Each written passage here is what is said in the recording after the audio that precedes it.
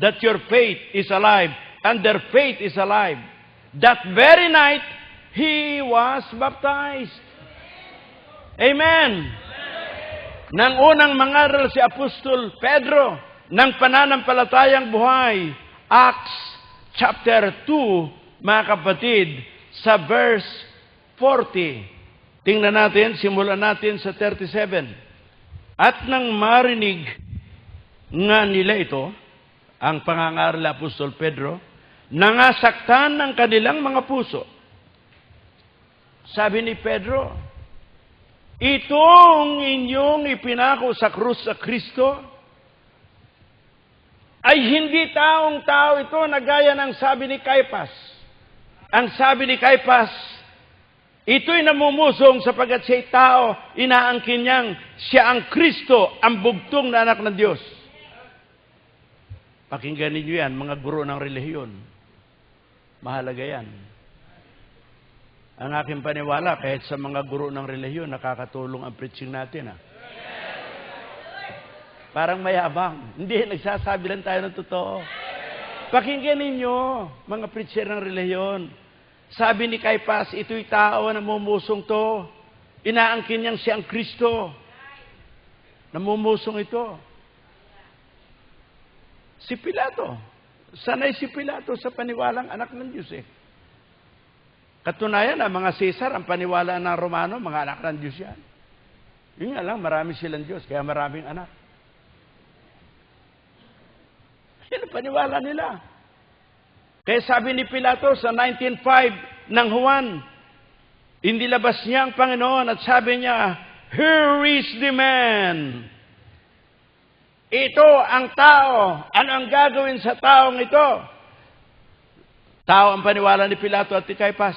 Kaya wala nakakakilalang pamunuan sa sanglibutang ito sapagkat kung nakilala nila ang Panginoon ng kaluwalhatian ay hindi nila ipinako sa krus.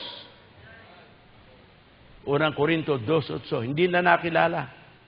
Kaya sabi ni Pilato, ito, anong gagawin ko sa taong ito? Pawawalaan ko ba siya? Sabi ni Caiphas, no! Ipako sa krus yung taong yan, namumusong yan. Ang pangangaral ng mabuting balita ay pinapangaral na mayroong isang Diyos ang Ama. Hindi tatlo, hindi isa. Yung isa, mga kapatid, ay mapanganib na isa yung kanila. Baka sapagkat sinasabi nila, ang Ama ay walang pangalan. Ang Holy Spirit walang pangalan. Ang anak may pangalan, Jesus only. Ang ibig na sabihin, Jesus is the Father, Jesus is the Son, and Jesus is the Holy Spirit. Yan pangangaral na yan, nakakasira ng ulo yan. Yan, magagalit na naman sila sa akin yan Bakit sinasabi ko nakakasira ng ulo yan? Sapagat yung mga nangangarad dyan, dyan din lumilitaw ang mga Jesus. Kaya sabi niya, ako raw si Christ. Mabigat yung taong yun. Sapagat kung si Jesus ay siyang Ama, Anak at Espiritu Santo, at kung sasabihin niyang siya ang Jesus, Christ, lalabas, mga kapatid, siya na ang Ama. Kaya sabi ko, nakakasira. O magagalit sila. Hindi. Huwag kayong magagalit, magpaliwanag kayo. Maganda nga yan, nabubuksan natin Magpaliwanag. Total, tayo naman, kakaunti naman ang oras natin sa TV. Makakalamang sila. Arawin nila ang sagot sa atin. Basta sa atin, mabitawan natin yung totoo. We always believe that the truth is powerful. Praise the Lord. Kahit kakaunti lang ang ating oras sa TV, totoo naman yung binibitiwan natin. It will survive. Because the Word is the power of God unto salvation. Purihin ang Panginoon. Ngayon, mga kapatid, kinakailangang umabanti tayo sa ating paksa. Ano ba yung kaligtasan? We do not only preach salvation, we also explain to the people, we make it clear to the people kung ano ang salvation. Ating nililiwanag na mabuti sa mga tao kung ano ang ibig sabihin ng kaligtasan. Ang ibig sabihin, mga kapatid, ng kaligtasan ay ang buong pagkaligtas ng isang tao. Buong pagkaligtas ng isang tao sa kanyang espiritu, sa kanyang kaluluwa, at sa kanyang katawan. Laban kay Satanas at laban sa sumpa at kaparusahan ng kasalanan. Okay, isa makatwid, maliwanag. Ano ba ang kaligtasan? Ano ba itong the gospel is the power of God unto salvation? Mga kapatid, ang kahulugan nito ay ang buong kaligtasan ng isang tao sa kanyang buong pagkatao, sa kanyang espiritu, kaluluwa at katawan, laban kay Satanas, laban sa parusa ng kasalanan, sa sumpa nito, at kapangyarihan ng kaaway. Yan ang ibig sabihin. Kung napakaganda pala yan. Una, aalamin natin na ang isang tao, bagamat ang ating nakikita ay isa lang na tao, ngunit binubuo yan ng tatlong bahagi. Sa makatwid, lumalago rin ang ating kaalaman sa paksang ito. Na ang tao pala na ating nakikita ay iisa, ngunit binubuo ng tatlong bahagi. At ito, mga kapatid, ay dapat na maligtas itong isang tao na mayroong tatlong bahagi na ang ating nakikita lamang ay yung isa, yung katawan. Ating babasahin ito sa Tesalonica, pangkat 5, talatang 23. At pakabanalin kayong lubos ng Diyos din naman ng kapayapaan, at ang inyong espiritu at kaluluwa at katawan ay ingatang buo na walang kapintasan sa pagparito ng ating Panginoong Jesucristo. Narito, mga kapatid, ang tatlong bahagi ng isang tao na ating nakikita ay iisa, ngunit siya pala ay binubuo ng espiritu, kaluluwa at katawan. Itong tatlong ito ay saklaw ng kaligtasan sa Ebanghelyo na ipinapangaral. Ano ang unang inililigtas sa tatlong ito? Sa tatlong ito, alamin natin na ang material o pisikal na bahagi ng tao, ang ating katawan, ang pinaka-huli sa halaga. Ang most important ay ang ating kaluluwa, espiritu, ang most important. Yan ay ating mababasa sa Mateo, pangkat 10 at 28. Huwag kayong matakot sa pumapatay ng katawan, kundi matakot kayo sa pumapatay ng espiritu at kaluluwa sa impyerno.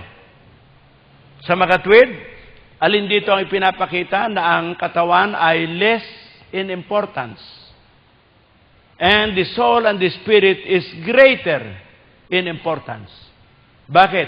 Yun ang dapat ninyong katakutan, sapagat yung katawan, kung yan man ay mamatay, sa mga sumasampalataya, sila ay bubuhaying maguli. Purihin ang Panginoon. Kaya sa unang pananampalataya, sa unang pangangaral ng mga apostol, ang kanilang ipinapahayag ay ang kaganapan ng kaligtasan ng kanilang mga kaluluwa. Yaon ang unang bahagi ng kanilang kaligtasan na tinamo sa pananampalataya sa Ebanghelyo. Babasahin natin ito sa unang Pedro, pangkat 1, talatang 9. Na inyong tinatanggap, purihin ang Panginoon, ang layunin ng inyong pananampalataya, ang pagkaligtas ng inyong kaluluwa. Pansinin natin, mga kapatid, na ang mga unang mananampalataya ay nakakaalam na ang kanilang kaluluwa ay ligtas na. Basahin natin, mga kapatid, sa Translation English. Ang sabi, receiving the end of your faith, even the salvation of your souls. Mga kapatid, itong ating pananampalataya sa mabuting balita na ating tinanggap, ay tinatanggap natin ang layunin ng pangangaral ng mabuting balita. Ano yun? Ang kaligtasan ng inyong mga kaluluwa.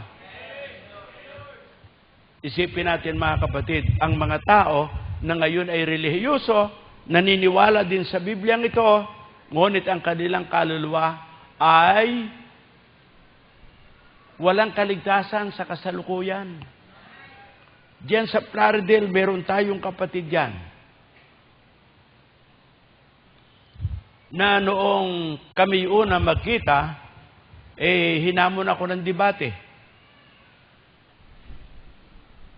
At sa aming pagdidebate, bagamat sa loob lang ng bahay, noong bandang huli, ang sabi niya sa akin, kami rin po ay naniniwala na kami ligtas na.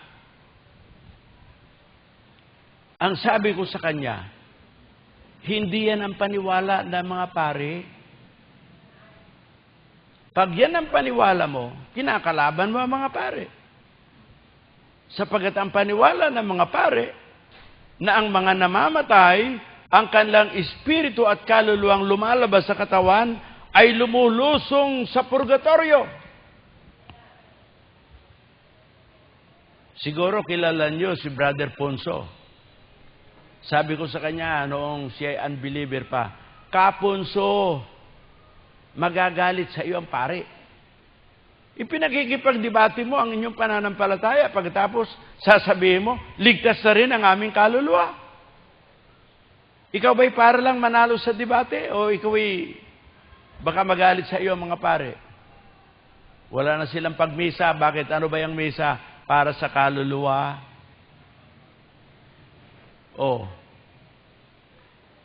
Mabuti na lang after 1 year, pagkatapos ng aming debate, minsan mga kapatid sa pagsamba, dumating si Kapunso.